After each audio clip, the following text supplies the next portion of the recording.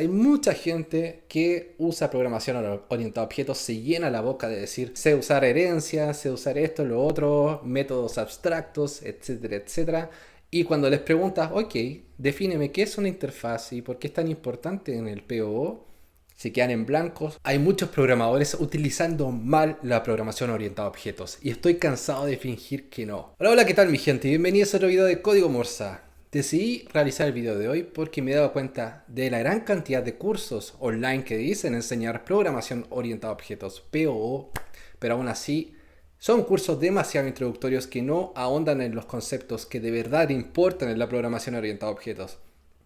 Lo que finalmente terminan realizando estos cursos es enseñarte a crear objetos, a crear clases y un poco de herencia quizás si tienes suerte, pero después de haber aprendido estos conceptos introductorios te lanzan de lleno a programar orientado a objetos o incluso te puede tocar en tu nuevo trabajo, en tu próximo trabajo, trabajar en un software ya realizado con programación orientada a objetos pero con muy malas prácticas, producto del resultado de que hay mucha gente que solo se queda con los conceptos introductorios de POO. Hay muchos ejemplos, falacias que están ocurriendo en este área de la programación, en este paradigma de la programación orientada a objetos, que se repiten una y otra vez. Yo recopilé 7 falacias, si no me equivoco, las vamos a ir leyendo y te voy a ir diciendo cómo detectar estos problemas y cómo evitarlos. Primero que nada, falacia número 1, que he escuchado en más de un curso de programación orientada a objetos. Los objetos son geniales porque nos permiten mapear uno a uno la realidad, el entorno en donde vivimos, a la programación. Como ejemplo, vas a un parque, no sé, o a un zoológico y ves animales y después si quieres modelar un programa relacionado a un zoológico, entonces creas un objeto para cada animal y quizás creas un objeto para un concepto más abstracto, mamífero, etc. Y bueno, la realidad, gente, es que este método no siempre va a funcionar. Yo diría que funciona en el más mínimo de los casos. Quizás en casos específicos puede servir, pero la programación orientada a objetos no se trata de modelar la realidad. Eso de hecho es un área pequeña de la programación que puede ser simulaciones de la vida real, simular entornos, etcétera. Ahí sí que puede aplicar, o en videojuegos, aplicar, mapear uno a uno la realidad con los objetos. Pero en realidad la mayoría de los casos vamos a estar trabajando en software en compañías, no sé, pues, de bancos, inmobiliaria, seguridad, etcétera. No sé, muchos casos donde los conceptos que vamos a estar resolviendo, los problemas van a ser netamente abstractos y no van a tener un mapeo uno a uno. Y ahí nos vamos a perder. O quizás nos pongamos a mapear uno a uno conceptos que ni siquiera tengan sentido modelarlos como un objeto. Así que esa era la falacia número 1. Siguiente. Sobre uso de herencia, mal uso de herencia, excesivo uso de herencia. La herencia, gente, es parte de la programación orientada a objetos. Es una forma de las otras formas que hay para crear polimorfismo, gente. Si no sabes lo que es polimorfismo, te dejo un video acá donde lo explico bien. Pero la herencia genera un gran acoplamiento entre clases ancestrales, o sea, en clases padres, ancestros y las clases hijos, como ya lo saben. Y esto puede ocasionar código que no sea fácil de extender en el tiempo, código muy acoplado, difícil de, claro, de extender, de mantener y después puede, qué sé yo, ocasionar complejidad innecesaria. Y recuerden que para programar queremos mantener las cosas simples. Keep it simple, stupid. Ese es uno de los principios de programación. KISS. Pero gente, la herencia no siempre hay que utilizarla y yo recuerdo que también pequé como principiante de que cuando aprendí herencia por primera vez quedé tan fascinado con el concepto que lo empecé a meter en todos los problemas que estaba resolviendo con programación orientada a objetos y sin darme cuenta estaba creando programas demasiado complejos que después no tenían ni un sentido en la realidad. Así que hay que usar la herencia solo cuando es necesario y en la mayoría de los casos no necesitas ni siquiera herencia. Con simplemente usar interfaces e implementar interfaces adecuadas puedes crear polimorfismo. Y ese es el otro polimorfismo que yo prefiero como opción 1. Usar polimorfismo usando interfaces, no creando herencia ni extendiendo clases. Y de hecho hay otro principio que resume una buena práctica de cuándo utilizar herencia y cuándo no, es composition over inheritance. Otro concepto que también deberías googlear si quieres aprender de verdad programación orientada a objetos. Vamos a la tercera falacia, gente. No usar el concepto de interfaz. Hay mucha gente que usa programación orientada a objetos, se llena la boca de decir, yo sé utilizar programación orientada a objetos, sé usar herencias, sé usar esto, lo otro, métodos abstractos, etcétera, etcétera. Y cuando les preguntas, ok, defíneme qué es una interfaz y por qué es tan importante en el POO, se quedan en blancos no saben decir lo que es una simple interfaz. Gente, saber el concepto qué es una interfaz es de hecho definir lo que es realmente un objeto.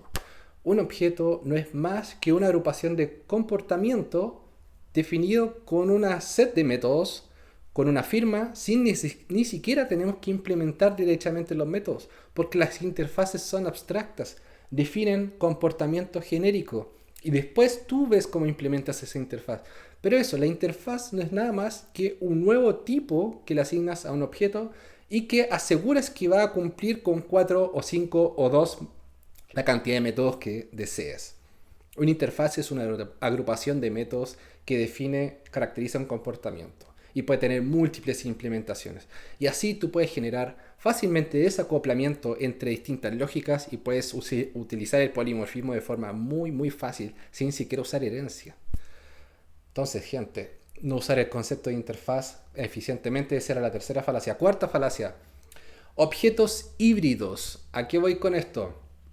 Hay una dicotomía, una simetría opuesta entre lo que es un objeto y lo que es una estructura de datos, gente. Los objetos no buscan representar datos así porque sí. No buscan definir estructura de datos. Las estructuras de datos son las estructuras de datos y los objetos son los objetos. Entonces, cuando veas un objeto que tiene muchos datos, muchas propiedades y también define comportamiento, estás frente a un objeto híbrido y eso es una muy mala práctica de programación porque estás agrupando dos responsabilidades en una sola cosa. Y como ya saben, eso viola de hecho uno de los principios SOLID de la Single Responsibility Principle.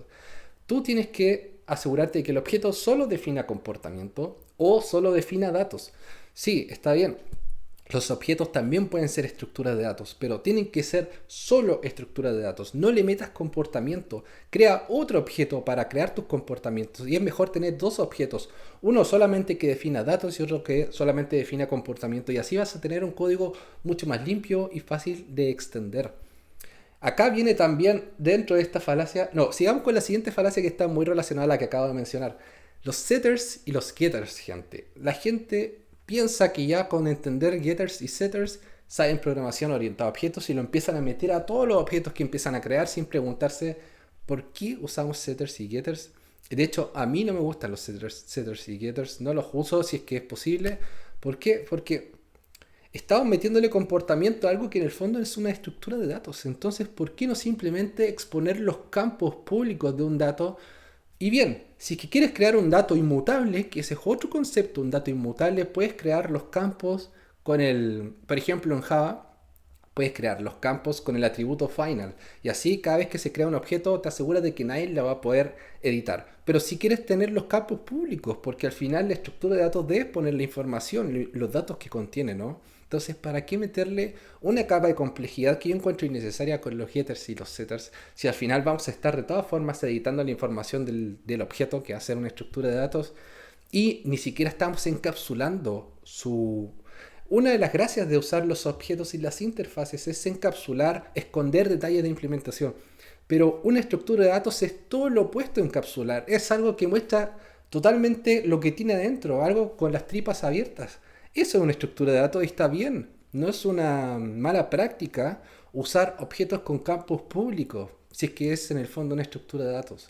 Entonces no crees objetos híbridos, no mezcles comportamiento con estructura de datos, define objetos para los casos de usos por separado. Y vas a ver que tu código se vuelve mucho más legible, fácil de extender y no creas estos acoplamientos innecesarios que después te llevan a un código muy difícil de mantener. Esa era la quinta falacia de los getters y setters. A ver, vamos en la sexta. Los ORM, gente. A mí me gustan los ORM hasta cierto punto.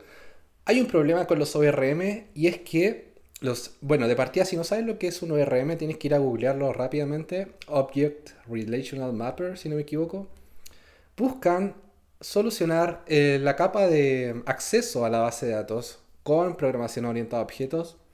En el fondo, lo que veo yo con los ORM es que buscan simplificarte la vida sin tener que escribir largas queries en SQL o en el lenguaje de queries que sea, de la base de datos que sea.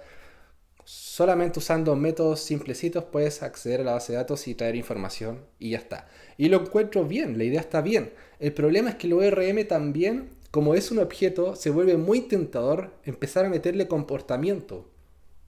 Comportamiento que no es propio de simplemente leer y escribir en la base de datos, sino que comportamiento que ya es propio de la lógica de negocios, que está en otra parte del código, que es parte de otra capa, de otro pilar. De hecho, si estamos hablando de la arquitectura limpia, no podemos mezclar la lógica que se preocupa de ir a buscar datos o escribir datos en la base de datos con la lógica que resuelve el problema de la lógica, en el fondo la lógica de negocio. Entonces, con los ORM se vuelve muy tentador mezclar estos dos mundos y aquí estás cometiendo uno de los más grandes errores en la programación gigante.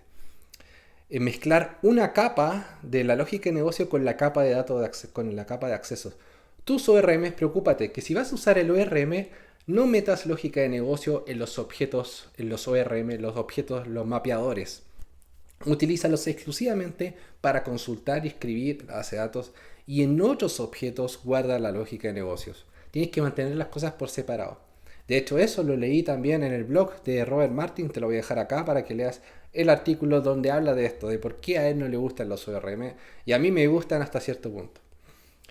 Y vamos al último punto de las falacias de la programación orientada a objetos que vemos en tantos cursos, gente.